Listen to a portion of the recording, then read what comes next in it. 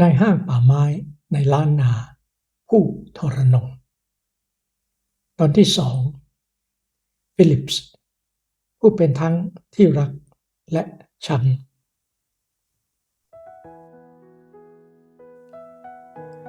ชายหนุ่มบัณฑิตจากออกซฟอร์ดผู้เคยใฝ่ฝันจะเป็นนายตำรวจแห่งจักรวรรดิอินเดียของอังกฤษกับต้องหันหลังให้เส้นทางนั้นแล้วเลือกก้าวเข้าสู่โลกอีกใบที่อันตรายไม่แพ้กันจากเรื่องราวตอนที่แล้ววิลเลียมเรจิโนดิปเดินทางจากลอนดอนถึงกรุงกัลกัตตาของอินเดียโดยตั้งใจสอบเข้าเป็นนายตำรวจแห่งรัฐเบงกอลเมืองในอาณานิคมของอังกฤษเป็นที่น่าแปลกใจว่าข่าวการสอบครั้งนั้นได้กระจายข้ามทวีปไปยังโรงเรียนเก่าของเขาที่แคนาดาดังปรากฏในวารสารของโรงเรียน Trinity College School ในต้นปีพ.ศ. 2441 ความว่าW.R. ดิบรุ่นปีพุทธศักราช 2436 ถึง 2437 ขณะนี้อยู่ในประเทศอินเดียกำลังเตรียมตัวสอบเพื่อเข้าเป็นนายตำรวจแห่งแคว้นเบงกอลในการสอบครั้งล่าสุดเขาได้อันดับที่ 4 แต่มีการบรรจุเพียง 3 ตำแหน่งพวกเราต่างคาดหวังว่าเขาจะประสบความสำเร็จในการสอบที่จะมีขึ้นในเดือนธันวาคมปีหน้าแต่ช่วงที่มิสเตอร์ดิปรอเข้าสอบรอบใหม่เพื่อไม่ประมาทเขาจึงไปสมัครเข้าทำงานกับบริษัทบอมเบย์เบอร์มาซึ่งขณะนั้นทำป่าไม้อยู่ในพม่าซึ่งเป็นส่วนหนึ่งของจักรวรรดิอังกฤษบริษัทนี้มีสำนักงานอยู่ที่เมืองบอมเบย์ของอินเดียและกรุงย่างกุ้งของพม่าถือเป็นบริษัททำป่าไม้สักยักษ์ใหญ่ของโลกมีส่วนแบ่งในตลาดโลกกว่า1 ใน 3บริษัทนี้มีอิทธิพลจนกล่าวกันว่าเป็นต้นเหตุของสงครามระหว่างพม่ากับอังกฤษครั้งที่3เมื่อพ.ศ. 2428จนทำให้พม่าตกเป็นเมืองขึ้นของอังกฤษตั้งแต่บัดนั้นและกษัตริย์ตีบอร์ต้องถูกจับไปกักตัวที่เมืองรัตนกิรีของอินเดียด้วยดีกรีจากออกซฟอร์ดประกอบกับประวัติการเป็นนักกีฬาที่โชคโชนวิลเลียมเรจิโนดิปจึงได้รับการตอบรับให้เข้าทำงานกับบริษัทบอมเบย์เบอร์มา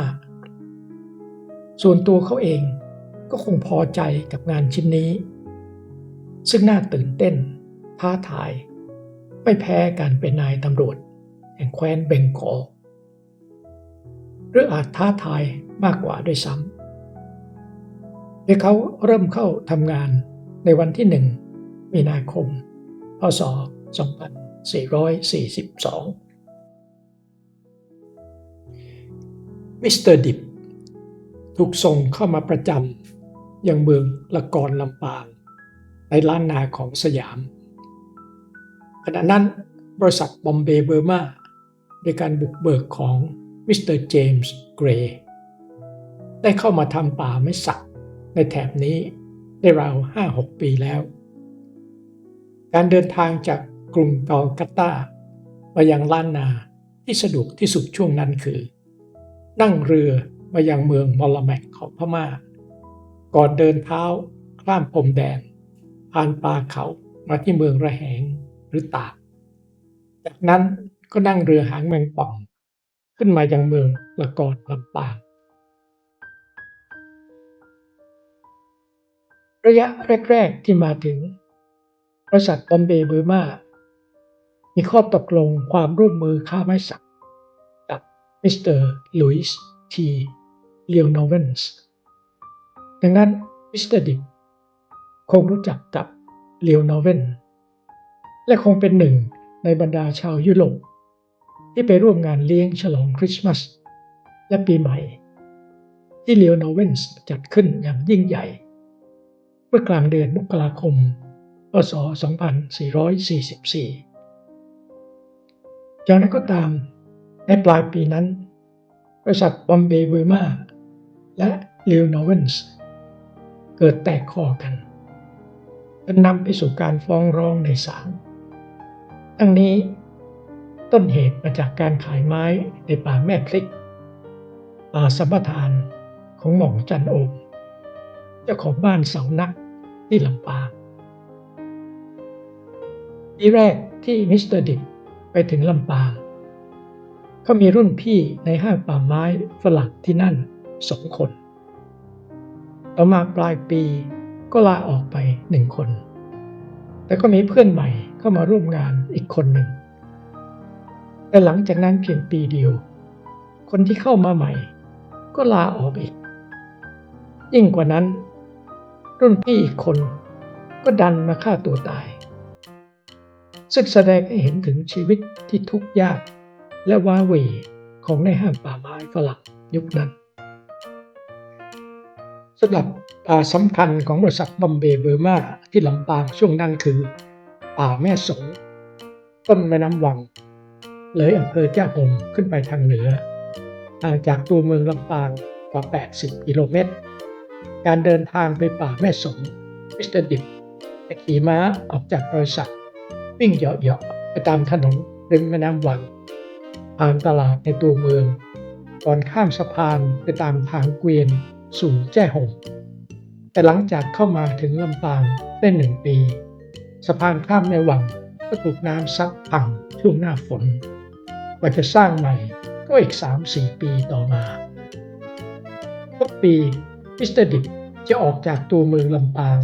ราวเดือนพฤษภามิถุนาเข้าไปป่าแม่สงหลังจากพักช่วงฤดูร้อนทั้งนี้เพื่อดูแลการต้นสักการตัดฟันและชักลากท่อนสูงไปรวงหมอนก่อนที่ช้างจะดันท่อนสูงลงลอยน้ำในช่วงน้ำหลากแต่ละปีชีวิตส่วนใหญ่ของเขาจึงวนเวียนอยู่ในป่าอยู่กับคนพื้นถิ่นนานๆถึงจะเจอฝรั่งด้วยกันสักครั้งจึงเสมือนถูกขังเดี่ยวในสภาพแวดล้อมของป่าทึบที่อันตรายรอบด้านด้วยที่ต้องอยู่กับคนงานพื้นถิ่นเพียงลำพังเกือบตลอดทั้งปีสิ่งที่มิสเตอร์ดิกต้องเรียนรู้เพื่อให้ชีวิตอยู่รอดคือภาษาล้านนาหรือกำเมืองซึ่งยากยิ่งสำหรับฝรั่งโดยเฉพาะระบบวรรณยุกต์ที่เปลี่ยนเสียงเพื่อเปลี่ยนความหมายของคำเมื่อใกล้ถึงเทศกาลคริสต์มาสเขาก็จะกลับเข้าเมืองลำปางในระหว่างทางที่ล่องเรือมาตามลำน้ำแม่วังเขาก็จะทำหน้าที่จดบันทึกรายละเอียดท่อนสูงที่ติดค้างตามแก่งตามเนินทรายซึ่งลอยไปไม่ถึงจุดหมายในช่วงน้ำหลากที่ผ่านมาเมื่อเข้ามาทำงานได้ราว2 ปีมิสเตอร์ดิบก็ได้สาวชาวบ้านในอำเภอจ้าหงที่สุเป็นภรรยาจนมีลูกด้วยกัน1 คนหรือกำเนิดในช่วงที่เขาคุ้มกันเงินหนีกบฏงิ้วลงไปเมืองระแหงดังที่กล่าวไปแล้วในวิดีโอก่อนหน้านี้ซึ่งเขาตั้งชื่อชายคนแรกนี้ว่าเจบิลหมอกดิบหลังจากทำงานได้ราว5 ปีมิสเตอร์ดิบก็ได้ลาพักยาวกลับบ้านเกิดที่อังกฤษซึ่งก็เป็นปีเดียวกับที่ลุยส์ทีเลียวโนเวนส์ออกจากลำปางไปตั้งบริษัทตามชื่อของเขาที่กรุงลอนดอนในต้นปีพ.ศ. 2448ก่อนที่เขาจะขายกิจการหรือรับเป็นหุ้นรอกินเงินปันผลจากนั้นมิสเตอร์เลียวโนเวนส์ก็ไม่ต้องทำงานให้เหนื่อยยากอีกต่อไปสามารถแวะเวียนมาเที่ยวสยามเป็นครั้งคราวตามที่ใจปรารถนาผิดกับวิลเลียม บริดจ์ ดิบที่ยังจะต้องเหนื่อยยากต่อไปเมื่อกลับมาสยามหลังการลาพักก็ถูกย้ายไปเป็นผู้จัดการเขตแพร่ของบริษัทบอมเบย์เบอร์มาขณะนั้น เขตนี้มีผืนป่าที่ต้องดูแลดังปรากฏตามขอบสีแดงในรูปได้แก่ป่าลุ่มน้ำแม่ยมตอนบนป่าแม่ตำซึ่งเป็นป่าในฝากตะวันออกของเมืองพะเยาและป่าแม่ต้าเมืองรองป่าที่เขารับผิดชอบมีพื้นที่กว้างใหญ่ ดังนั้นบางปีมิสเตอร์ดิบจึงมีนายห้างป่าไม้ฝรั่งผู้ช่วยถึง 8-9 คนพื้นป่าภายใต้ความรับผิดชอบของมิสเตอร์ดิบเต็มไปด้วยอันตรายทั้งจากโรคภัยไข้เจ็บและสัตว์ป่าลูกน้องบางคนเข้าป่าแล้วไม่กลับออกมาอีกเลยเสียชีวิตโดยไม่รู้สาเหตุว่าป่วยด้วยโรคอะไรบางป่าก็ชื่อกระชอนเรื่องเสือกินคนบางป่าก็เต็มไปด้วยโจรขโมยไม้บางป่าก็เป็นที่สิงสถิตของเผ่าตองเหลืองสำหรับป่าแม่ต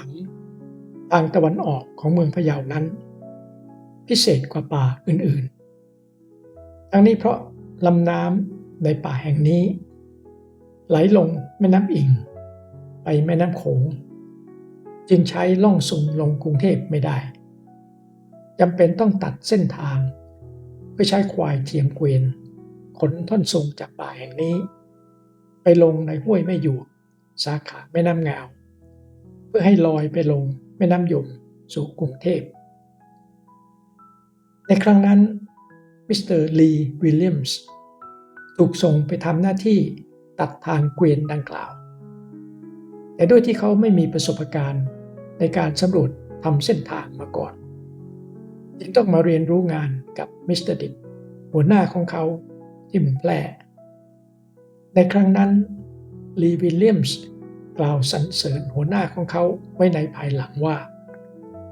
มิสเตอร์ดิบเป็นผู้จัดการเขตเพียงคนเดียวของบริษัทที่สำรวจทำแผนที่โดยใช้หลักเกณฑ์แบบวิทยาศาสตร์คนอื่นๆพอใจเพียงการสเก็ตภาพอย่างหยาบๆซึ่งบ่อยครั้งผิดพลาดอย่างน่าตกใจอย่างไรก็ตามด้วยความที่มิสเตอร์ดิบเป็นคนจริงจังกับงาน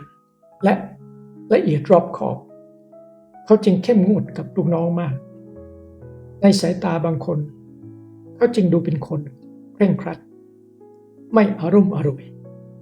จนทำให้ลูกน้องไม่กล้าเข้าหน้าแต่แอบนำไปนินทาลับหลังดังที่ลีวิลเลียมส์เขียนไว้ในหนังสือ Jungle Prison ซึ่งเขาใช้ชื่อฟิลิปส์เป็นนามแฝงของมิสเตอร์ดิบมีข้อความดังนี้ดูเหมือนมีเพียงสองความคิดเห็นเกี่ยวกับฟิลิปหากเขาไม่ใช่คนน่าชังที่สุดในโลกก็เป็นคนดีที่สุดที่เคยเข้ามาอยู่ในสยามเขาเป็นคนฉลาดดังนั้นจึงมั่นใจได้ว่าคงไม่เป็นที่ชื่นชอบเท่าไหร่ประกอบกับยังเป็นคนมีประสิทธิภาพต้องการมาตรฐานสูงจากลูกน้องเขาตัดสินพวกเขาจากผลงานไม่ใช่จากคุณภาพการเข้าสังคมหรือความสามารถในการเล่นโปโลแต่หากคุณพร้อมที่จะเรียนรู้งานเขายินดีอย่างยิ่งที่จะสอนให้คุณและด้วยความที่มิสเตอร์ดิบเป็นคนเชื่อมั่นตนเองสูงจึงมักไม่ค่อยยอมหลบให้ใครไม่ว่าคนนั้นจะเป็นนายห้างป่าไม้บริษัทคู่แข่งหรือหัวหน้าของเขาที่กรุงเทพหรือแม้แต่หัวหน้าที่สำนักงานใหญ่กรุงลอนดอนลักษณะนิสัยดังกล่าวได้สะท้อนออกมาในหนังสือ Jungle Prison ของลีวิลเลียมส์ซึ่งเขาใช้ฟิลิปส์เป็นนามแฝงของมิสเตอร์ดิบดังที่กล่าวไปแล้วเช่นข้อความที่ว่า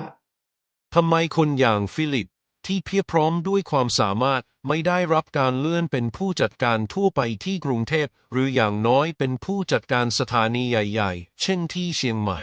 เหตุผลที่ผมพบภายหลังคือเขาไม่ค่อยลงรอยกับบุคคลระดับเดียวกันของบริษัทป่าไม้อื่นๆฟิลิปไม่ใช่คนประเภทที่ยินดีจะทนกับพวกน่ารำคาญหรือข้อความที่ว่าหากฟิลิปจะมีเรื่องดูถูกดูแคลนลูกน้องที่ไม่ได้เรื่องได้ราวสักคน มันจะเทียบไม่ได้เลยกับความเห็นของเขาที่มีต่อผู้จัดการทั่วไปที่กรุงเทพหรือสำนักงานใหญ่ที่กรุงลอนดอน